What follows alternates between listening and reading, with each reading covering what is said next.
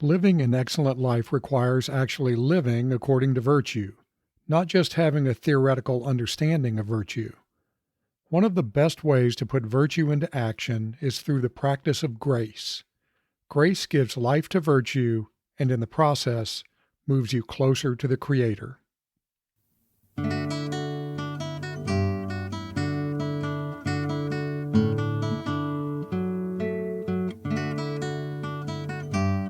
Welcome to Live Well and Flourish, where I help you understand what it means to live a flourishing life. I'm your host, Craig Van Slyke. If you're ready to think beyond material and external success, if you're ready to take control of who you are and the kind of life you live, if you're ready to flourish, this is the podcast for you. Some believe that only God can give grace, but I don't agree. We all have the opportunity to extend grace. Grace is an ideal way to practice virtue, making it essential to living a flourishing life. It seems to me that this is an important but often overlooked aspect of flourishing. The practice of grace deserves more attention. In many ways, it's the embodiment of virtue. Grace puts virtue into action.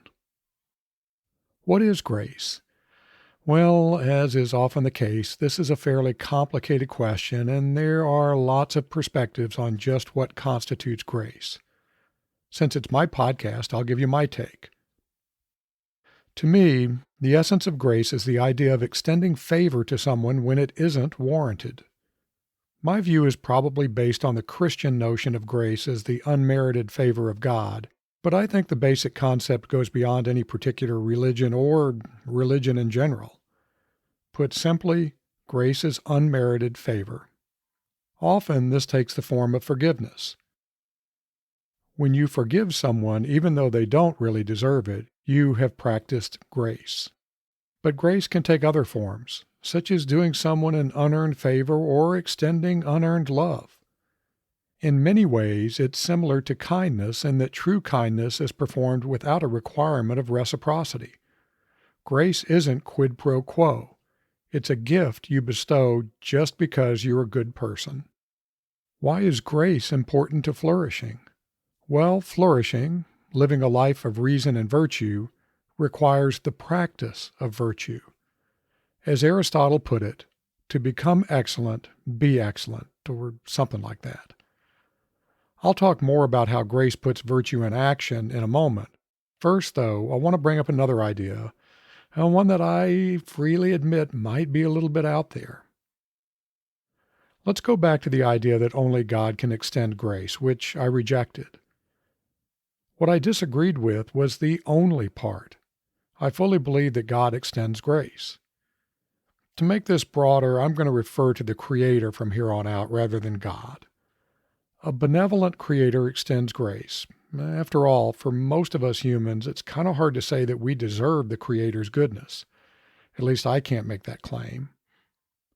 But for the vast majority of us, the Creator has bestowed us with considerable goodness. I know that's true for me. That goodness is bestowed through grace. Okay, so let's say you accept this argument. If so, here's the point. Since the Creator bestows grace, when we practice grace by extending it to others, we move just a little closer to the Creator. Yeah, I know that might be a little new agey for some of you, but this is something I firmly believe. But even if I'm wrong, by practicing grace, you will be living a more flourishing life. Okay, let's talk about how grace puts virtue into action. To help me explain, I'll use an all too common scenario. Suppose someone sends you an unnecessarily nasty email. You face a choice. You can react in kind and fire off a scathing takedown that points out what an inconsiderate jerk and idiot they are, or you can let the tone of their email slide and reply calmly. You, being a good person, practice grace and ignore the tone of their message and send a calm, rational response. After all, maybe they're just having a rough day or they didn't realize how their email would come off to you. And a nasty response would probably just further upset the other person and start a pretty bad cycle. One reason you decide to respond calmly is that you realize you've probably made similar mistakes in the past and it would have been nice to have a little grace extended to you. You fully realize that you could macho up and blast back until you win the exchange, and I put win in air quotes there, by the way. But you also realize that winning the exchange might be losing in the long run. So you take a deep breath, compose yourself, and respond with grace. Okay, so what happened here with respect to virtue? Well, the list of virtues you just put into action is pretty impressive. You practiced kindness by tempering your response and responding in a way that isn't likely to upset the other person further. You practiced temperance by not flying off the handle and losing control as you fired off a nasty response. You practiced compassion when you thought about how a nasty response might affect the other person. You practiced humility by recognizing that you've probably acted inappropriately in the past. You practiced courage as well. You were courageous by taking the high road and suppressing your lesser urges to boldly live a life of grace and virtue. So, you had a choice, and you chose to not just hold your virtues intellectually, you chose to put them into practice through your actions. That, my friends, is flourishing. What are the benefits of practicing grace? Well, I see benefits to at least three parties: you, the other person, and society as a whole. I'll cover these in reverse order. Society benefits in at least two ways. First, grace promotes social harmony. When you decided to practice grace and not respond in kind to the nasty message, you lowered the heat on the exchange and short-circuited what could have been a vicious downward cycle of anger and tit-for-tat ugliness. Imagine this happening hundreds of thousands of times a day. Hundreds of thousands of nasty exchanges cut off at the knees. Yeah, when you practice grace, society benefits. Second, much like kindness, there's a ripple effect of grace. When the other person calms down and realizes that you extended grace to them when they didn't deserve it, they may want to act similarly towards others. Again, society benefits. When you practiced grace, the other person benefited directly. You helped them live a better life by modeling grace and by not leading them to double down on their decidedly unvirtuous behavior. You modeled what it means to be virtuous. Your practice of grace serves as an example that, hopefully, they'll want to follow in the future. You also refused to fan their flames of anger. No, it's more than that. Not only did you refuse to fan the flames, you removed the fuel for their anger. You metaphorically sucked the oxygen from their fire of anger. Trust me, when you do this, you've made the other person's day better, and that's a good thing. But the big winner here is you. You improved your emotional well-being by letting go of potential anger and resentment. You also focused on what you can control, which is important to your well-being. You can't control the other person's actions, but as I talked about last week, you can control your reactions, and you did. You did so in a manner that aligns with virtue. Rather than getting upset over the nasty message, you controlled what you could, your reaction. You're also likely to benefit from what we might call grace reciprocity. In future encounters with the other person, they're more likely to extend grace to you should the need arise. Sure, there's no guarantee of this, but it is more likely. By practicing grace, you also practiced practical wisdom. You made a choice to act according to virtue and reason, and that's the wise choice. By doing this, you moved closer to building a habit of wisdom and to simply being a wise person.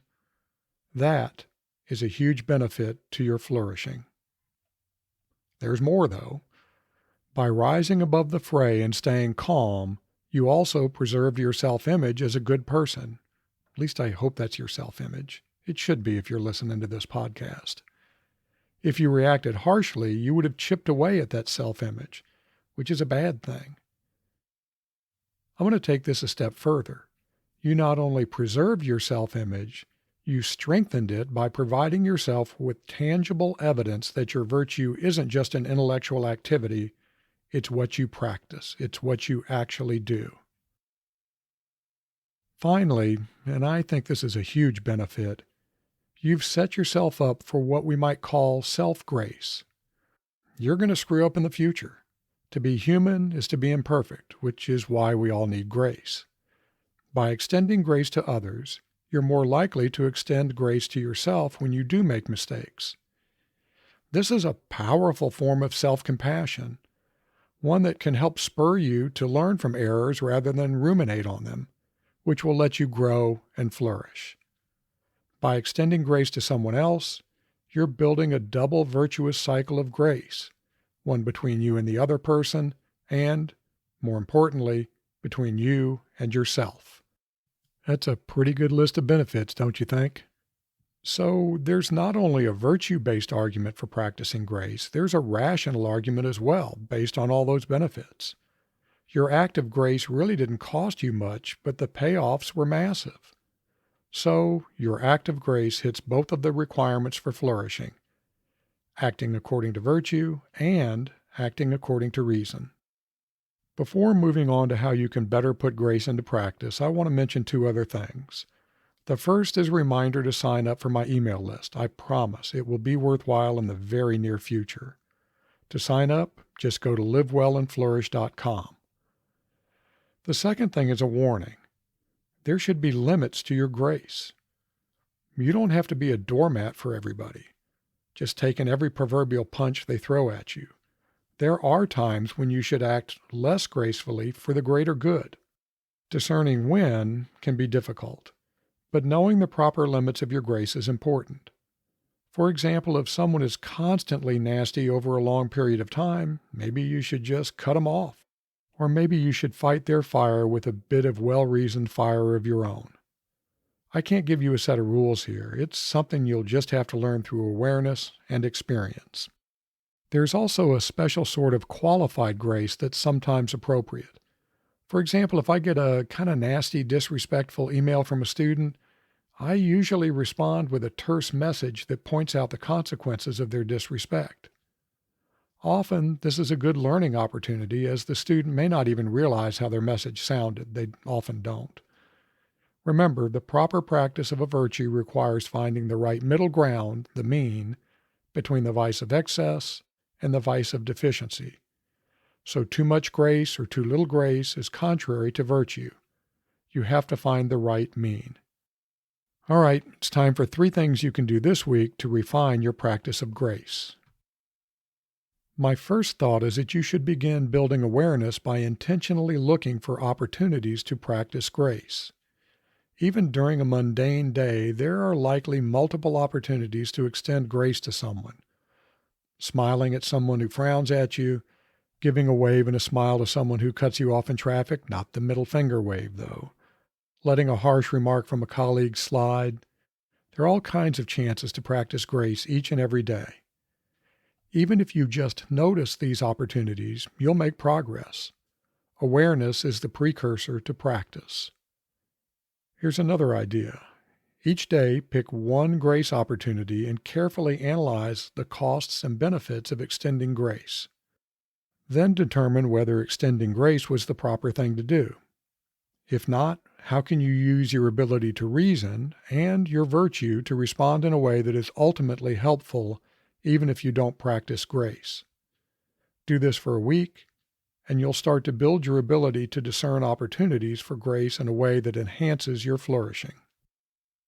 My last suggestion is to practice some self-praise when you make the effort to practice grace. No, you don't want to become conceited, but a little self-praise will reinforce your acts of grace, encouraging future such acts. Also, when you fail to practice grace appropriately, practice self-grace with the goal of being more mindful of grace in the future. Remember, practicing grace, like flourishing, is an ongoing journey, not a one-time box to check. In closing, when someone acts poorly towards you, don't reflexively react in kind. Take a breath and react with grace. Do so, and you'll not only flourish, you'll move just a little closer to the Creator. I don't know the source of our closing quote, but I do know wise words when I hear them. In crucial things, unity. In important things, diversity. In all things, grace. Until next time, be full of grace, my friends.